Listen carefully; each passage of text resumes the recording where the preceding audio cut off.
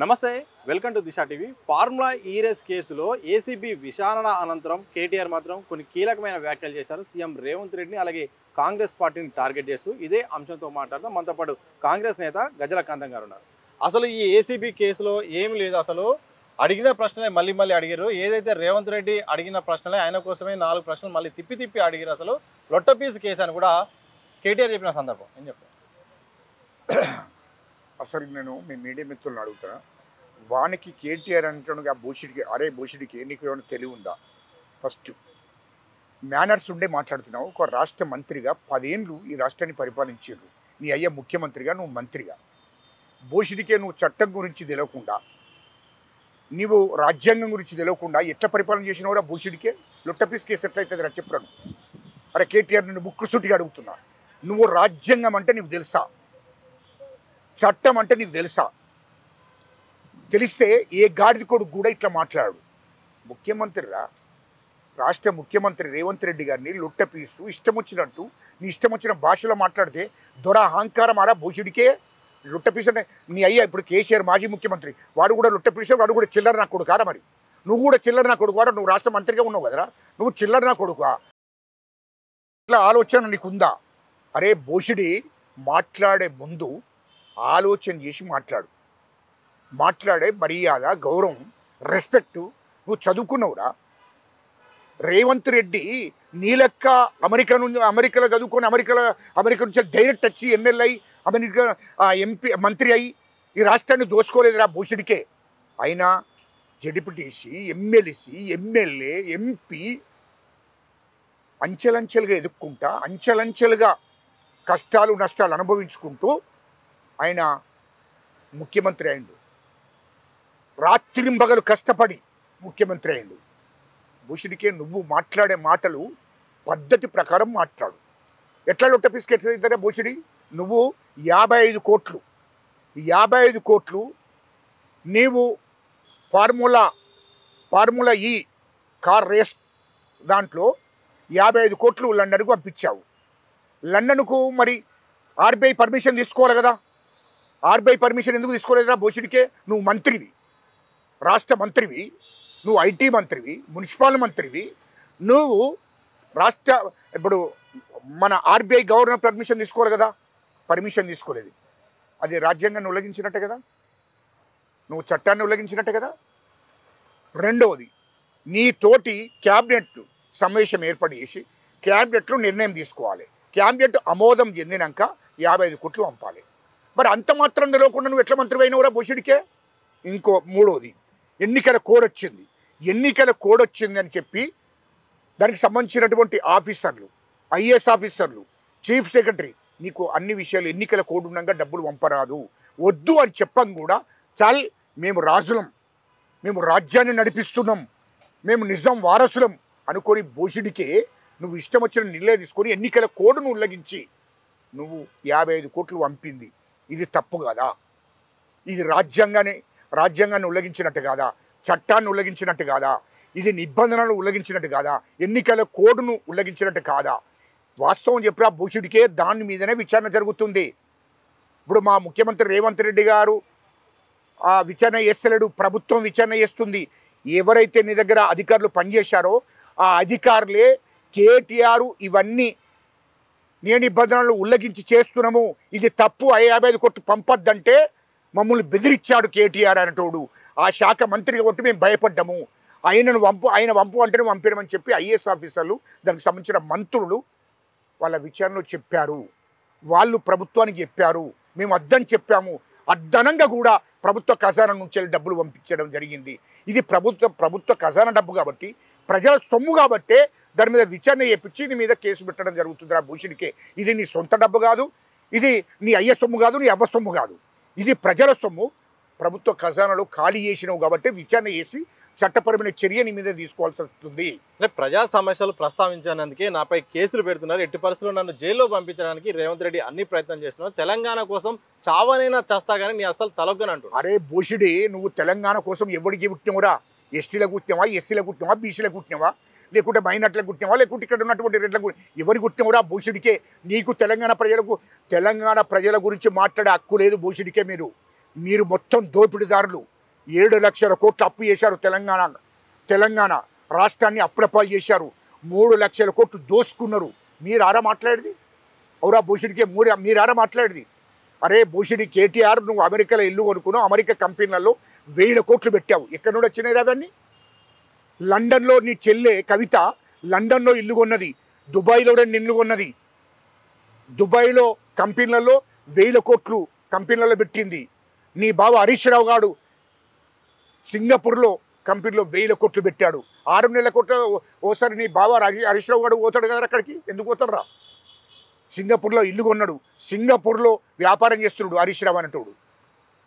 కేసీఆర్ ధరణి ఎందుకు తీసుకొచ్చిండ్రా భయ్? ధరణి ఎవరిని ఉద్ధరించడానికి తీసుకొచ్చిండ్రా? ధరణి ఎందుకు తీసుకొచ్చిందంటే ఈయలో నిజాంకు సంబంధించిన భూములు, నిజాం వంశస్థులకు సంబంధించిన భూములు 30,000 ఎకరాల భూములను కబ్జా పెట్టడం కోసమే ధరణి తీసుకొచ్చాడు. ఈ ధరణి తీసుకొచ్చింది 30,000 ఎకరాల భూములను కబ్జా పెట్టడం కోసమే తీసుకొచ్చాడు.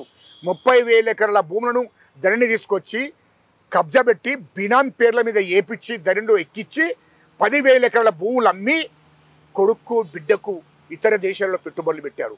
ఇంకా 20,000 ఎకరాల భూములు వీళ్ళ బినామీ పేరు మీద కేటీఆర్, హరీష్ రావు, కవిత, కేసీఆర్ బినామీ పేర్ల మీద 20,000 ఎకరాల భూములు ఉన్నాయి. అసలు మీరు ఈ ముఖ్యమంత్రి అధికారంలోకి రాకముందు, మీ భూములు ఎంతరా? మీ ఆస్తి ఎంతరా తెలంగాణలో? అరే కేటీఆర్, నీ ఊళ్ళే ఎంత భూమి ఉన్నదిరా మీకు? హైదరాబాద్లో ఎంత భూమి ఉన్నదిరా?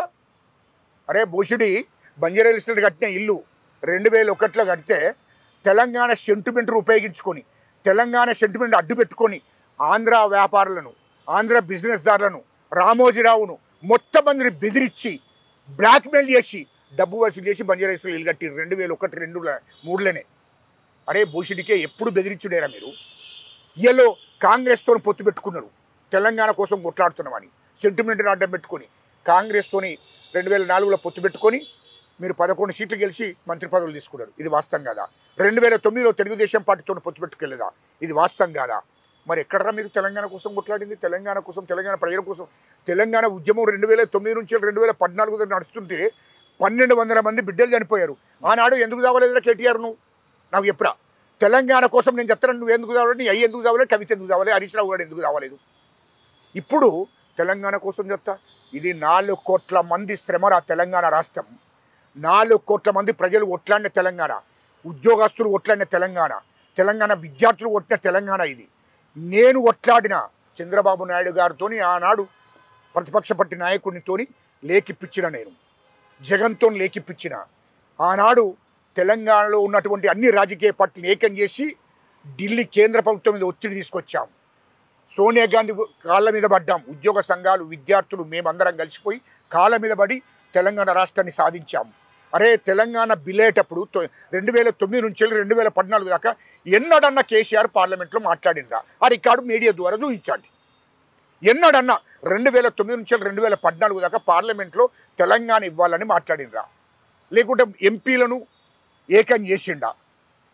లేకుంటే అన్ని పార్టీలను ఏకం చేసిండా? నువ్వు ఎప్పుడు మీరు రాజకీయాలు అధికారం కావాలి. ఇప్పుడు 2000 రాష్ట్ర విభజన జరుగుతున్నప్పుడు 2014లో తెలంగాణ రాష్ట్ర బిల్లు పార్లమెంట్ పెట్టినప్పుడు మరి కేసీఆర్ అంటోడు ఎంపీ కదా, మరి ఎందుకు పార్లమెంట్లో లేడప్పుడు? పార్లమెంట్లో బిల్ అప్పుడు ఎక్కడున్నావురా? కేసీఆర్ ఎక్కడున్నాడు?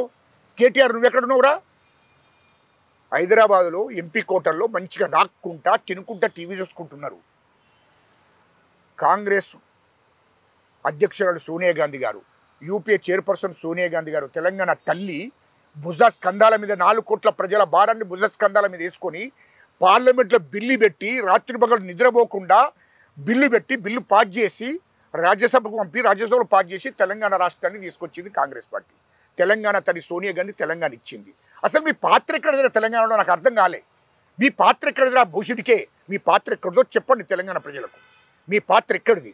ఇప్పుడు తెలంగాణ ప్రజలు నీకోసం అవునా తెలంగాణ ప్రజలకు ఇచ్చిన హామీలు నెరవేర్చినారా? 2014 నుంచి 2023 దాకా దళిత బంధు ఇచ్చినారా? బీసీల బంధు ఇచ్చినారా? 3 ఎకరాల భూమి దళిత కుటుంబానికి 3 ఎకరాల భూమి, ప్రతి నిరుపేద దళితులకు 3 ఎకరాల భూమి ఇస్తారని ఇచ్చిర్రా? నిరుద్యోగులకు ఇంటికో ఉద్యోగం ఇస్తాం తెలంగాణ రాగానే అని అన్నారు. ఉద్యోగాలు ఇచ్చారా? ఇవన్నీ ఎటుపోయినారా? ఇవన్నీ ఎటుపోయినాయి. మీరు తెలంగాణ రాష్ట్రం ఏర్పడిన తర్వాత కేసీఆర్ ముఖ్యమంత్రి అయినాక ఈ రాష్ట్రాన్ని మొత్తం దోచేసుకున్నారు. ఈ రాష్ట్రాన్ని మొత్తం దోచేసుకొని 3 లక్షల కోట్లు దోచేసుకున్నారు. 7 లక్షల కోట్లు అప్పు చేశారు. కాళేశ్వరం ప్రాజెక్టు మీద విచారణ జరుగుతుంది. ఎందుకు తొందరపడుతున్నాం? కాళేశ్వరం ప్రాజెక్టు విద్యుత్ కొనుగోలు మీద 80,000 కోట్లు, అందులో 30,000 కోట్లు దోశారు. కాళేశ్వరం దాంట్లో 40,000 కోట్లు దోశారు. ఇలా మొత్తం లక్షల కోట్లు దోసుకున్నారా మీరు? అన్నిటి మీద అన్ని శాఖలలో విచారణలు జరుగుతున్నాయి. హరీష్ రావు నువ్వెందుకు తొందరపడుతున్నావు భయ్? ఇప్పుడు మిషన్ భగరత్ దాని మీద విచారణ జరుగుతుంది. మిషన్ కాకతీయ దాని మీద కూడా విచారణ జరుగుతుంది. నువ్వు కూడా జైలుకు పోతావురా భయ్. నువ్వు సింగపూర్లో పెట్టినటువంటి పెట్టుబడులు అన్నీ బయటకు వస్తాయి. తొందర పడకుర్రి. సిబిఐ విచారణ, ఈడీ విచారణ అన్నీ జరుగుతాయి. ఇదే మొదలైంది. ఇప్పుడే స్టార్టింగే. ఇది అసలు సినిమా ముందున్నది రా భయ్. అసలు సినిమా ముందున్నది. ఎందుకు తొందరపడుతున్నారు? తెలంగాణ ప్రజల సొమ్మును, తెలంగాణ ప్రజల రక్తాన్ని మీరు దాగినరు. ప్రభుత్వ ఖజానాను ఖాళీ చేశారు. ఆ సొమ్మును బయటకు అక్కించేదాకా మా ముఖ్యమంత్రి రేవంత్ రెడ్డి గారు నిద్రపోరు, కాంగ్రెస్ ప్రభుత్వం నిద్రపోదు. అది గుర్తుపెట్టుకో. కేటీఆర్ ఒక లాజిక్ మాట్లాడారు నిన్న. అంటే కేబినెట్ ఆమోదం లేకుండా 55 కోట్లు పంపించారని చెప్తున్నారు. మరి రేవంత్ రెడ్డి కూడా సీఎం అయ్యాక ఈ రేసును కేబినెట్ ఆమోదం లేకుండా దాన్ని రద్దు చేశారు. ఆయన కూడా శిక్ష పడాలిగా, ఆయన కూడా తప్పు చేశారు. రద్దు చేయడానికి ప్రభుత్వ సొమ్మును దుర్వినియోగం చేస్తున్న ప్రభుత్వ సొమ్మును గిట్ట ఏదైనా చేస్తారంటే క్యాబినెట్ ఆమోదం కావాలి. అసలు ఇది అవసరం లేదు. ఆయనకు అధికారాలు ఉన్నాయి. ముఖ్యమంత్రిగా ఇలాంటి వద్దు అని చెప్పి రద్దు చేసే అధికారం ముఖ్యమంత్రి తీసుకోవచ్చు. క్యాబినెట్ ఆమోదం అవసరం లేదు. క్యాబినెట్లకి వెళ్ళి ఆ ప్రభుత్వ సొమ్ము గిట్ట ప్రభుత్వ ఖజానాలకి వెళ్ళి బడ్జెట్లకి వెళ్ళి డబ్బుని గిట్ట తీసుకుంటే, ఆ ఖజానాలకి వెళ్ళి డబ్బుని గిట్ట దుర్వినియోగం చేసినప్పుడు కానీ, లేకుంటే ఆ ఖజానాలకి వెళ్ళి డబ్బు తీసి వేరే దిక్కు ఉపయోగించుకుంటున్నప్పుడు క్యాబినెట్లో పెట్టి చర్చ పెట్టి క్యాబినెట్ ఆమోదం కావాలి. క్యాబినెట్ నిర్ణయం తీసుకోవాలి. అది వాస్తవం. ఇది రద్దు చేస్తున్నాము. ఇలాంటిది వద్దు మనకు రాష్ట్రానికి. ఇలాంటి ప్రభుత్వ ఖజానాను దెబ్బతీసేది ఏది కూడా వద్దు. ప్రజల సొమ్మును నష్టం చేసేది ఏది కూడా వద్దు అని చెప్పి నిర్ణయం తీసుకున్నాడు. దాన్ని రద్దు చేశాడు. రద్దు చేయడానికి ఎవరు అవసరం లేదు. అక్కడ ముఖ్యమంత్రిగా అధికారాలు ఉంటాయి. మరి వాడు మంత్రిగా వానికి తెలివి లేకపోతే నేనేం చేయాలి? వానికి చట్టం అంటే తెలియదు, రాజ్యాంగం అంటే తెలియదు, వాడు చదువుకున్నాడో తెలియదు. ముఖ్యమంత్రి గారిని, మా రేవంత్ రెడ్డి గారిని ఇష్టం వచ్చినట్టు మాట్లాడుతున్నాడు. అది ప్రజలు చూస్తున్నారు. అరే నువ్వు చదువుకున్నావా? ఇప్పుడు లొట్టపీసు గారిని లేకుంటే వీనికి అవులగాడు అని మాట్లాడుతున్నావు. అరే నీ అయ్యా కేసీఆర్ కూడా అవులగాడేనారా? వాడు కూడా లుచ్చా నా కొడుకేనారా? మరి నువ్వు కూడా లుచ్చా నా మంత్రిగా నువ్వు కూడా లుచ్చా నా కొడుకునేనారా? ముఖ్యమంత్రిని మాట్లాడేటప్పుడు గౌరవంగా మాట్లాడాలి. భూషుడికే గౌరవం మర్యాద ఇచ్చినప్పుడు నీకు కూడా గౌరవ మర్యాదలు ఇస్తారు. నీకు సిస్టమ్ లేకుండా 10 ఏళ్ళు మంత్రిగా ఉండి, నీ అయ్య 10 ఏళ్ళు ముఖ్యమంత్రిగా ఉండి ఇష్టం వచ్చినట్టు మాట్లాడితే ఎవడు పడతారా? దురహంకారం కాదురా భూషుడికే. దురహంకారంతో మాట్లాడితే నాలుకే ఘోషిస్తారు. చట్టపరమైన చర్య తీసుకున్నప్పుడు చట్టానికి మీరు సహకరించండి. లేకుంటే తెలంగాణ ప్రజలు తిరుగుబాటు మొదలైంది. మొత్తం చెప్పులు తీసుకొని వచ్చి మిమ్మల్ని కొట్టి ఈ రాష్ట్రం నుంచి ధరిమేస్తారు. కేటీఆర్ గుర్తుపెట్టుకోను, జాగ్రత్త. ఎందుకంటే తెలంగాణ ప్రజలకు మొత్తం తిరుగుబాటు చేస్తున్నారు. అది గుర్తుపెట్టుకో. తెలంగాణ ప్రజలు వచ్చి మీ ఇండ్ల మీద దాడి చేసి ఈ రాష్ట్రం నుంచి ధరిమేసే రోజులు దగ్గరికి వచ్చినాయి. ఎస్సీలు, ఎస్టీలు, బీసీలు, మైనార్టీలు 99% ఉన్న ప్రజలు తిరుగుబాటు చేసి చెప్పులు తీసుకొని కొట్టి ఈ రాష్ట్రం నుంచి పంపిస్తారు. జాగ్రత్త అని చెప్తున్నాం. కేటీఆర్ ఖబర్దార్, మాట్లాడేటప్పుడు జాగ్రత్తగా ఉండండి. ఎందుకంటే ఆ విచారణకు సహకరించి జైల్లోనన్నా కూర్చుంటే సిప్పకూడదు తినుకుంటూ ఉండొచ్చు. లేదు అంటే ప్రజలు తొక్కేస్తే అలా కాళ్ళ కింద చచ్చిపోతారు. మీరు తొక్కుతూనే చచ్చిపోతారు. వద్దు, జాగ్రత్త. ఎందుకంటే మీ నలుగురిని ఖచ్చితంగా ఇప్పుడు ఈడీ కూడా రంగంలో దిగింది. ఇది ప్రభుత్వ సొమ్ము, ప్రజల సొమ్ము మీరు దోసుకున్నారు కాబట్టి విచారణ జరుగుతుంది. ఈడీ కూడా రంగంలో దిగింది. సిబిఐ కూడా విచారణ చేయాలని మేము డిమాండ్ చేస్తున్నాం. సిబిఐ, ఈడీ విచారణ చేసిన తర్వాత కేసీఆర్, కేటీఆర్, హరీష్ రావు, కవిత మళ్ళీ తిహార్ జైలుకు పోతారు ఖచ్చితంగా. అది ప్రజల సొమ్మును మీరు కక్కించేదాకా మా ముఖ్యమంత్రి గారు ఊరుకుంటారు. ఖచ్చితంగా మిమ్మల్ని కక్కిస్తారు. విచారణ చేసినాకనే చట్టపరమైన చర్య తీసుకుంటారు. ఎందుకంటే మా ముఖ్యమంత్రి గారు కక్ష ధోరణి ఉంటే ఆయన ముఖ్యమంత్రి అయినాక 2 నెలలకే మిమ్మల్ని అందరూ అరెస్ట్ చేసి లోపటేయాలి. కానీ వేయద్దు. చట్టం పని చట్టం చేసుకుంటూ పోతుంది. విచారణలు చేసినాక దాంట్లో వీళ్ళు దోసిన డబ్బులంతా గచ్చిచ్చినాక వీళ్ళని జైలుకు పంపాలనే ఆలోచనతో ఇప్పటిదాకా ఆగిండు. లేకుంటే ప్రజలు ఎదురుస్తున్నారు. ఆ తెలంగాణ ప్రజలు ఎదురుస్తున్నారు. ఈ నా కొడుకుల మీద చట్టపరమైన చర్య ఎందుకు తీసుకుంటలేరు?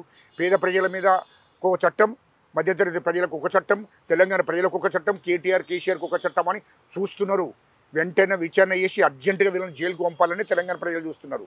తెలంగాణ ప్రజల గురించి మీరు మాట్లాడవలసిన అవసరం లేదు. తెలంగాణ ప్రజలకు మొత్తం తెలుసు. ప్రభుత్వ ఖజానాను ఖాళీ చేసిందని తెలుసు. తెలంగాణ ప్రజలను దోషించిందని తెలుసు. అందుకోసమే ప్రజలు ముందుకు వస్తలేరు. రైతుల గురించి మాట్లాడుతున్నావు. భూషిడికి రైతుల వలన రోడ్డు మీదకి వచ్చి ధర్నా చేస్తుర్రా? చేస్తలేరు. ప్రభుత్వ ఖజానాను కేసీఆర్ కుటుంబం దూషించింది. పాపం ముఖ్యమంత్రి రేవంత్ రెడ్డికి మనం సహకరించాలి అని ప్రజలు రైతులు ఆలోచన చేసే ఎవరి ఇళ్లలో వాళ్ళు ఉంటున్నారు. ఏంద్రా నువ్వు అరెస్ట్ అయితే పెద్ద గంగోలు పెట్టి పెద్ద హీరో లెక్క పెద్ద స్వతంత్ర సమయం లెక్క పెద్ద నీతిపరులు లెక్క ఎగురుతున్నావు. ఎవడన్నా ప్రజలు నీ కోసం బయటకు వచ్చిందారే? తెలంగాణ ప్రజలందరూ మిమ్మల్ని జైలుకు పంపేదాకా వాళ్ళకు నిద్ర పడతలేదు. తెలంగాణ ప్రజలకు నిద్ర పడతలేదు. వీళ్ళని ఫస్ట్ జైలుకు పంపాలి. ఇంటి నలుగురిని కేసీఆర్ను అరెస్ట్ అవ్వను, కేసీఆర్ను అందరినీ జైలుకు పంపినప్పుడే తెలంగాణ ప్రజలు ప్రశాంతంగా నిద్రపోతారు. అది గుర్తుపెట్టుకోండి. Thank you very much. మొత్తంగా కేసీఆర్ కుటుంబం చేసిన అవినీతిని మొత్తం కాంగ్రెస్ పార్టీ ఎక్స్పర్ట్స్లో బయటకు తీసింది. వాళ్ళందరూ కూడా జైలు పోవాల్సింది. అలాగే ఫార్ములా ఈ రేస్ వ్యవహారంలో మాత్రం కేటీఆర్ ఇరుక్కున్నారు. ఆయన బయటపడలేరు. ఎన్ని ప్రసంగాలు చేసినా ఎన్ని చేసినా మాత్రం ఎట్టి పరిస్థితుల్లో చిప్పకూడు తినాల్సిందే. ఆ రకంగా కాంగ్రెస్ ప్రభుత్వం ముందుకెళ్తుందని కూడా గజ్జల కాంతం స్పష్టం చేసిన సందర్భం చూడొచ్చు. కెమెరా పర్సన్ మాతో సతీష్ దిశ టీవీ, హైదరాబాద్.